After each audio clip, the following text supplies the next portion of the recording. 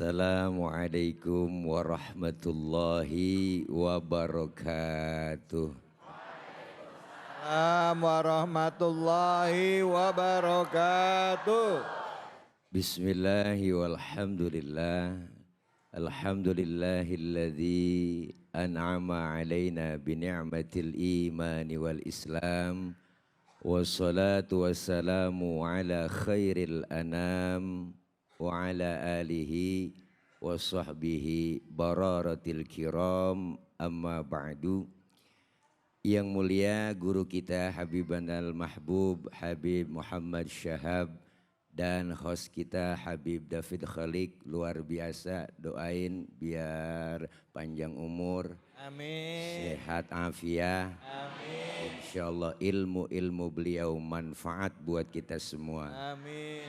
Segenap jamaah Masjid Jami Al Muhajirin Perumnas 1 Kayu Ringin Bekasi dan segenap pemirsa Cahaya Hati iNews yang insya Allah dimuliakan oleh Allah Subhanahu wa Ta'ala.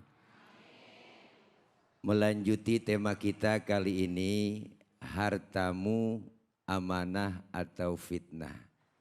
Dari ayat yang ke-26, 27 dan sekarang masuk ayat 28, 29 surah Al-Isra. Bahwa setiap kita Allah berikan kelebihan baik berupa harta maupun ilmu. Jadi hartamu bisa menjadi amanah atau fitnah. Habibana telah menjelaskan bahwa setiap harta yang kita punya ada hak orang-orang yang memerlukan bantuan uluran tangan kita. Ibu, di sini kita diajarkan supaya jangan pelit, jangan medit, koret, buntut gasiran. Jadi hartamu itu ada sebagian milik orang lain. Sebagian milik ada hak anak yatim, fakir, miskin. Maka diajarkan kita supaya hidup berbagi agar harta kita jangan menjadi fitnah. Sebab orang mencari harta, duit banyak, harta banyak, ibu. Pertanyaan kubur nanti dua. Hartamu kau dapat dari mana dan kau belanjakan kemana? Depan belakang kita ditanya, bang. Iya kan? Maka ada orang miskin, ada orang kaya. Ini bentuk daripada kebesaran dan keadilan Allah. Nggak mungkin disebut kaya kalau nggak ada yang miskin. Ya bu. Maka ketika kita lagi ada butuhnya, perlu dengan orang yang memerlukan, perlu dengan mereka yang berkelebihan harta. Bagaimana caranya? Di sini dijelaskan. Jangan pernah kita menolak dengan cara yang kasar ketika ada orang butuh dengan kita, tapi mereka ini nggak percaya kalau kita punya duit. Kan ada aja ngomong temen, ya Allah dia mah enak mulu. Kata yang naik sedan enak bener, tukang beca tidur di bawah pohon anteng banget, nggak ada yang dia pikirin. Kata yang tukang beca lain lagi. Enak banget naik sedan, adem, ada AC-nya, gak kehujanan, gak kepanasan. Padahal yang naik sedan puyengan lagi bu. Kenapa? Dikejar-kejar KPK.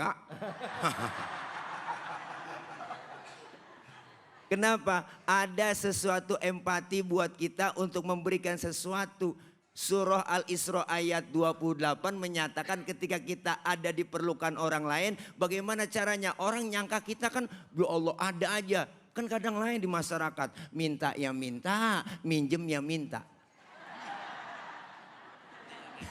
Ya bu, keseringan minta malu ngomongnya, gue minjem dah sama lo. Tuh, padahal saya minjem, minta juga enggak ganti.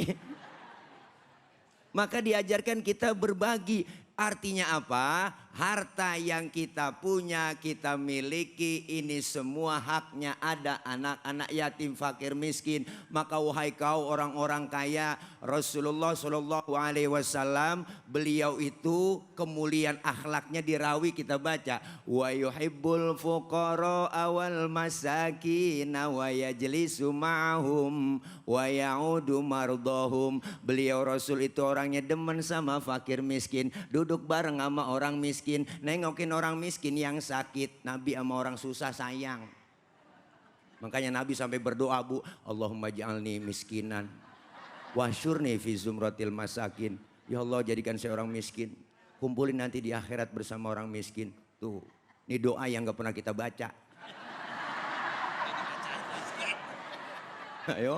Ayo, pernah doa begitu?